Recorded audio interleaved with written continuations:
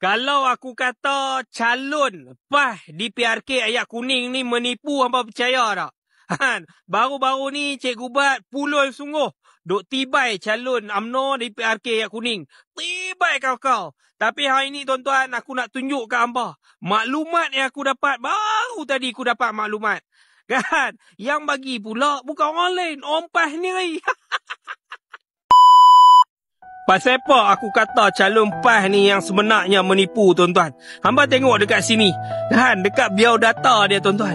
Biodata dia ni, tuan-tuan. Dia declare dia dapat guru tauliah mengajar daripada tahun 2012 hingga kini, tuan-tuan. Dan aku cek, dia tarikh dia, tamat dia tahun 2029. Tapi yang aku pelik, bila aku semak kenyataan Jabatan Agama Islam Negeri Perak, tuan-tuan, dia kata apa? Untuk dapat guru tauliah ni sebenarnya tak boleh terlibat dengan politik. Tapi macam mana dia boleh dapat? Tuan-tuan, kalaulah dia dah terlibat dengan politik sejak tahun 2025, sampailah ke hari ni, tuan-tuan, dia memegang jawatan-jawatan yang dipetua PAS kawasan Tapah, terlibat dengan politik, macam mana dia boleh dapat guru tauliah?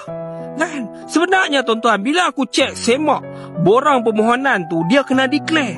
Dia kena declare bahawa dia terlibat dengan politik. Kan? Tapi pasal apa hang tak declare? Awak takut tak dapat guru tauliah ke? Hang menipu dah tu, hang nak declare.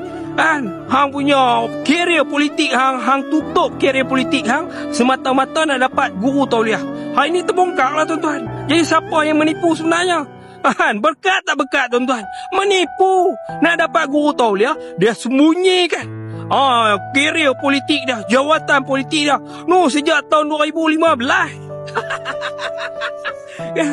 Kan? Tak kalah pemimpin Islam ni bohong. Jadi betul lah maklumat yang aku dapat daripada orang PAS ni sendiri. Oh boy, hampa tak suka kat dia ke? Orang PAS, hampa tak suka kat dia ke? Orang PAS tak apa, hampa tak suka dekat calon ke?